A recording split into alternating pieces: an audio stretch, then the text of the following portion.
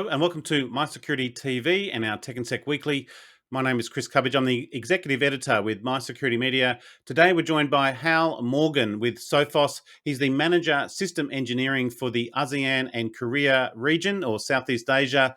We're going to be looking at cyber complexity, strategy, development and operational balance in digital transformation, and we'll also get Hal's observations there in Southeast Asia. He's based in Singapore. So without further ado, Hal Morgan. Hal, system engineer with Sophos. Maybe we'll go into your role, and then I think that'll sort of give us some background into what you might be observing there in Southeast Asia and Korea.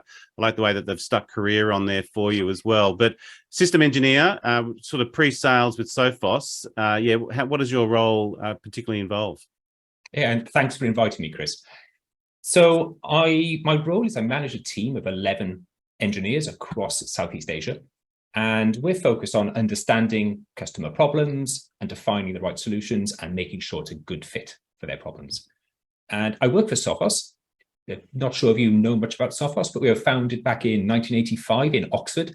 Yep. And we cover a wide portfolio of products for network, endpoint, cloud. And at the fundamental point of what we do, though, is we try to simplify cybersecurity, because that is the biggest challenge we see organizations are facing at the moment from a cybersecurity perspective. And when you say complexity, where do you think that complexity lies? Is it the sort of the strategy that they're approaching, or is it the operations? Where does the complexity even start? Sometimes you don't realize it's complex until you're in a spider web, right? Yeah, it's actually, and it was way back in 1999 that Bruce Schneier came out with the quote, complexity is the worst enemy of security, and things are only going to get more complex. And I was thinking back 1999, that was before Facebook, before Twitter. I was actually working for a company in those days as a developer called Surf Control. People were just starting to allow their employees to use the internet. And their main concern wasn't security. It was, are people wasting time? Are they looking at inappropriate content? So for him to make that comment back in 1999, before the internet was even deemed to be a security risk, just shows the complexity that organizations are facing today. And by that, I'm really talking about the digital transformation. You think back to before the pandemic even. This was a McKinsey report, actually, that said 2/3 of employees considered the office their normal place of work, whereas post-COVID, it's dropped to 37%. Just that in itself means employees are connecting in many different ways. You're connecting to your customers in many different ways because you can no longer rely on the physical connection. The digital footprint of an organization has moved from just Windows, Linux, and a bit of Mac to Android, iOS, AWS, Azure. It's just become such a massive digital footprint or attack surface that organizations are now trying to protect. I think maybe that's where you might be referring to, is that attack surface. As you say, the threat landscape in its own right has exploded. What are some of the observations you've got there in Southeast Asia, and some of your client profiles that you might be dealing with, or some of those patterns of client profiles where you start to see the same thing across different clients, but they kind of all fit with that profile and they're making the same mistakes? Yeah, in terms of our client profile, we cover organizations of all sizes, but predominantly we're most successful when it comes to the mid-market customers and SMB market customers, which are very much, you could say they're in some ways an underserved part of the market when it comes to cybersecurity. And these organizations have a particularly acute challenge. Sometimes it's easy when we're talking to largest customers in the world, talking about their security operations team, security architecture team, and you talk to an engineering team, an engineering organization in Malaysia, for example. It's one guy. He's got a cybersecurity hat on, and then the next day he's doing updates to the Windows servers. He's doing everything, and keeping those guys in mind, they're just overwhelmed. And because the solutions there's no shortage of solutions in our industry. Thankfully, we're in the most innovative industries I think there is. There are always new startups with new solutions. But each time an organization buys that technology, it's just adding onto these small teams' workloads. And that's what I'm talking about, the issue around digital transformation and complexity. And I keep coming back to the same question.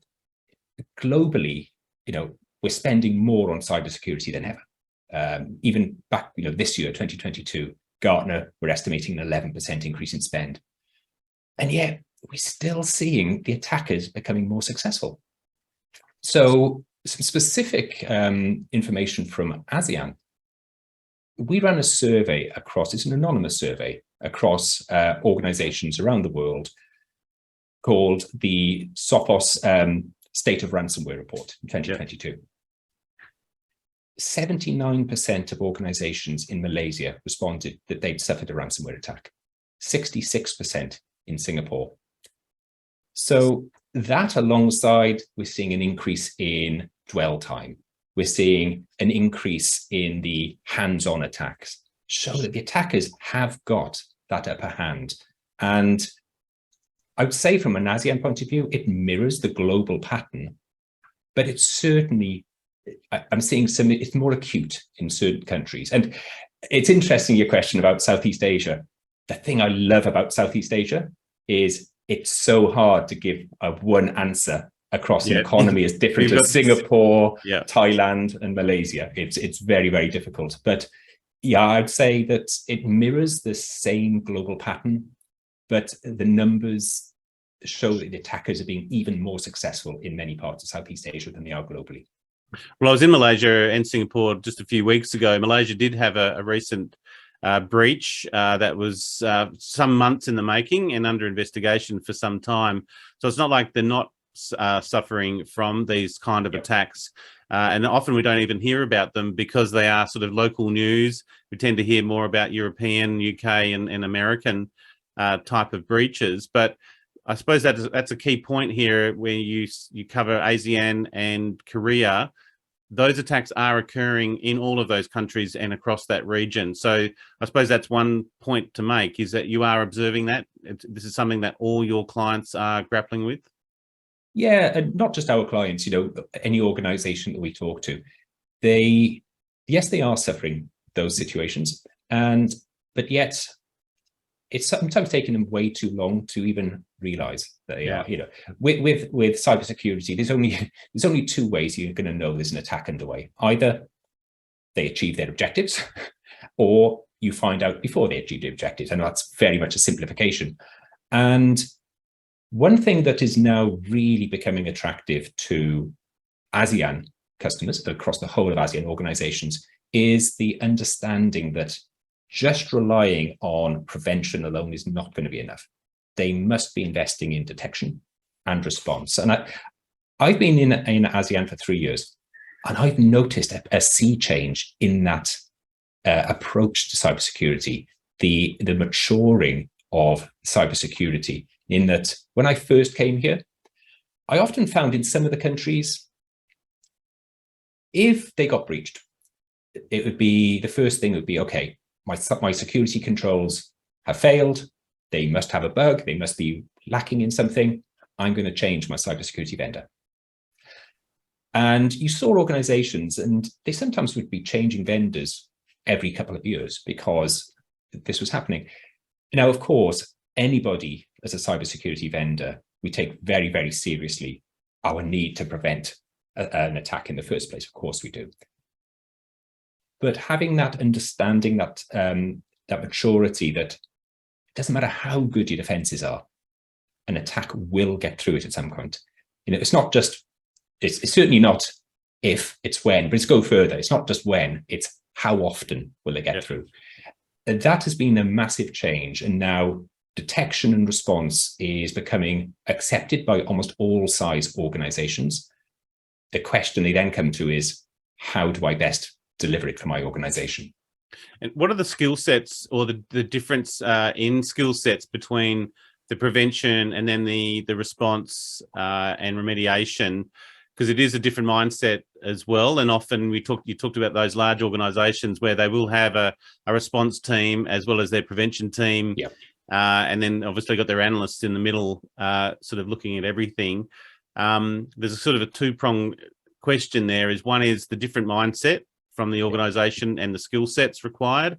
And then I think we will have a discussion on what you're seeing in relation to cybersecurity skills in Southeast Asia as well, and the demand on those skills. But yeah, just the change in skill sets, and even from what the vendors provided, because you talked about most organizations want to reduce the number of vendors that they're dealing with. They want to keep that to a minimum. So they do want vendors that can do everything across that stack, right? Yeah, and in terms of different skill sets, so the prevention skills are generally, most organizations will have that, because a lot of that is dependent on the technologies, making sure you get the right policy, you set that initial policy, and the policy itself shouldn't change. It's really down to the vendors themselves to make sure if you have the right policy, the intelligence, the threat intelligence that's powering those products is kept relevant and kept up to date. But what we're seeing a lot is those teams that had the responsibility for creating the prevention policy are now being asked or expected to do the detection and the response. And that creates two issues. The one is the availability, how many people there are. But you hit on something very important, which is the different skill sets. Being able to set a cybersecurity policy, having worked with the internal teams within your organization to make sure you get that balance between security and accessibility and productivity, is very different than somebody who has the skills to proactively go threat hunting, looking for the early indicators of an attack. That's where we see most organizations are struggling to find that very, very specific skill set, which can't be learned in a university. You might get a qualification in it, but it really comes from experience. And I always compare it to, it's almost like being a detective. So much comes from knowing what to look for, the experience of what are the kind of clues, what are the latest attacks that are happening, what's happening in the industry, knowing the groups that are out there and knowing where to go hunting within an organization. Those skills are very, very much in short supply. So what we sometimes see is organizations, they will buy the technology to enable them to do some of these things, but they struggle to actually find the people with the skill set to use them and to understand what they're seeing. I think that's definitely something I've seen before as well, where, as you say, they'll buy they'll buy the kit, but then they won't actually put in the training and the time, or then they go look for the people to deploy that. And then that comes down to the relationship with the vendor as well, making sure that that system is configured correctly and that there's support. Hence why we might be talking to the system engineer here in yourself. What type of support does the general client need when they're implementing sort of even, say, the Sophos solution as an example?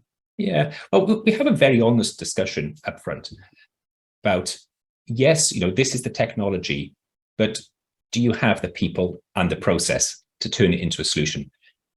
If the customer does, then absolutely. For example, if we're talking about detection and response, we could talk, okay, what you need here is an XDR solution.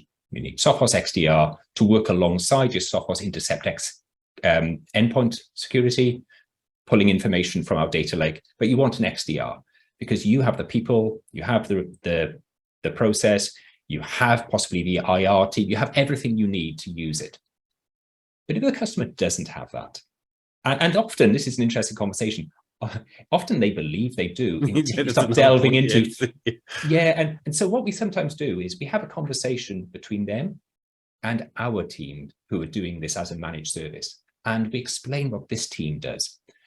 Or we provide a training course for them on how they can use this product to its full capability.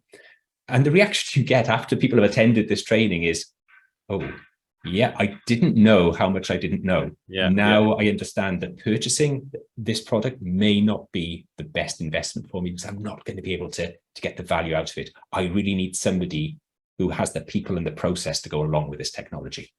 Well, timing is everything as well, isn't it? Sometimes, as you say, you don't want to be buying it too early, but I imagine it's also part of that journey of reducing that complexity in cybersecurity, but building a team, getting the right team members on board, giving them the right training, and deploying that security. I suppose it is part of that digital transformation where security needs to be embedded within that strategy and deployed as that company transforms digitally. That's easier said than done, though, right? It is, and I think that's a gap we're seeing certainly across ASEAN. Organizations are, at a strategic level, are racing ahead with their digital transformation plans. And the security teams it's not like they had a lot of spare time before. They are running, trying to keep up. And they don't want to be seen as the blocker for the digital transformation, which is a strategic initiative for a company to ensure its success. But they don't, again, or sometimes know what gaps there are going to be. Yeah. And so it is causing a lot of stress for many security teams, how they scale out, how they get the right skills, when finding skilled cybersecurity experts is difficult globally, but we find it is particularly acute in the ASEAN region, where some countries just don't have that history of cybersecurity expertise to draw on. It's a relatively new concept, whereas other countries, such as maybe Singapore, certainly has that history and can offer much higher salaries as well. So that can in itself pull some of these skills from the other countries nearby. Right. Okay, so what would be a call to action that you would generally have for your clients within the region? So if we take the two challenges, there's the world getting much more complex, and there's the acute shortage of cybersecurity skills. You need to address it. There are really four things that we would recommend, and together we would call this cybersecurity as a service. The first part is, yes, have a SOC, but to make sure it's complemented by proactive threat hunting. So you're looking for the earliest indicators of an attack, not looking reactively, which many SOCs do. And then for your existing security operations team, allow them to achieve as much as they can. And since 2015, we've done that at Sophos with what was called synchronized security. Now it's widened into the adaptive cybersecurity ecosystem. This means that if we see an event in one of our products, we can automatically respond in another product, meaning humans don't have to get involved in the process, which has two advantages. One, it vastly shortens the time to protection, but also it means it's working 24 hours, even when you may not have people sitting there at a console. The third part is understand where your gaps are within your team's skill set. And it's not a criticism of the team. Very few organizations, especially in the mid-market, does it make economic sense to build out a team of cybersecurity experts. They're not a cybersecurity company. Cybersecurity is only there to enable their business. And reach out and work with organizations such as Sophos, who offer a managed detection and response. In fact, we are the world's largest managed detection and response team company, with over 11,000 of our customers using it, out of a total number of our Sophos customers of over 530,000. And the final part of cybersecurity as a service is have everything done through a single unified console. Again, maximizing the time of the team, regardless of which security control it is, whether it's your endpoint, your firewall, your encryption, and regardless of where the asset is that you're protecting. Is it on-premise? Is it in your data center? Is it in the cloud? You don't want people running around between different consoles because it's inefficient. And to go back to Bruce Schneier again, it means they will miss things because it really is, the complexity is the enemy of cybersecurity. And I was going to say, it doesn't have to be a security operations center with a dark room. It can just literally be sort of that, as you say, that service, software as a service that you can access remotely and from anywhere as well. So I think even the concept of a SOC has also changed in this concept as well, right? So it really is almost as a SOC as a service. Is that how you would almost put it there? I'll go further. It is part of the solution, but we go further because our SOC, our managed detection response solution, it has it provides the services that a SOC would provide, but it includes the proactive threat hunting. It includes all the cyber analysts, of course. Also includes incident response. It includes making sure that we're continually evaluating and optimizing the solutions that you have, so you're increasing your security posture all the time. So the reason I hesitated was it goes so much further than what many people think of as a SOC. But you're right, it's provided entirely as a service. So you don't have to worry about trying to find those people, trying to build the processes yourself. Leave it to a company. That's our DNA. And I suppose the other part is you get a bit of visibility, as you say, across all your whole client profile, across all of your endpoints. If there's an attack somewhere and it's that then gets sprung up and the whole network gets notified and put on notice as well, right? So you can start to prevent some of that broader attack surface. Absolutely. So there's two parts of that. The one, of course, our threat intelligence, which is powering our product, gets that benefit of all of that telemetry and making sure our products automatically, as far as possible, detect those threats. But the experts, I said, it comes down to experience. And these teams are sharing what they're seeing around the world. They're sharing that experience, and it means they know what to hunt for individually, and they need to hunt for manually, because you can't do everything in an automated fashion, especially as the attackers are becoming more and more hands-on.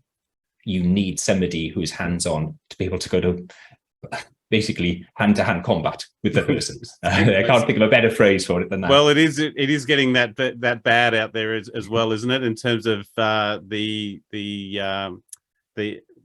amount of attacks underway on a day-by-day basis is quite incredible. And it's amazing you did refer to Bruce Schneier back in the late 90s. He saw this coming, and here we are 20 years later. He's still a world-renowned author as well in the work that he does. But again, it's one of those things that the sophistication of this market at the moment is quite incredible. So Hal Morgan, Manager System Engineering for the ASEAN region and Korea with Sophos. We're looking at cyber complexity, strategy development, and operational balance in digital transformation. Pleasure having you there from Singapore, and thanks for coming on My Security TV and our Tech and Sec Weekly. Thanks so much, Chris. Great.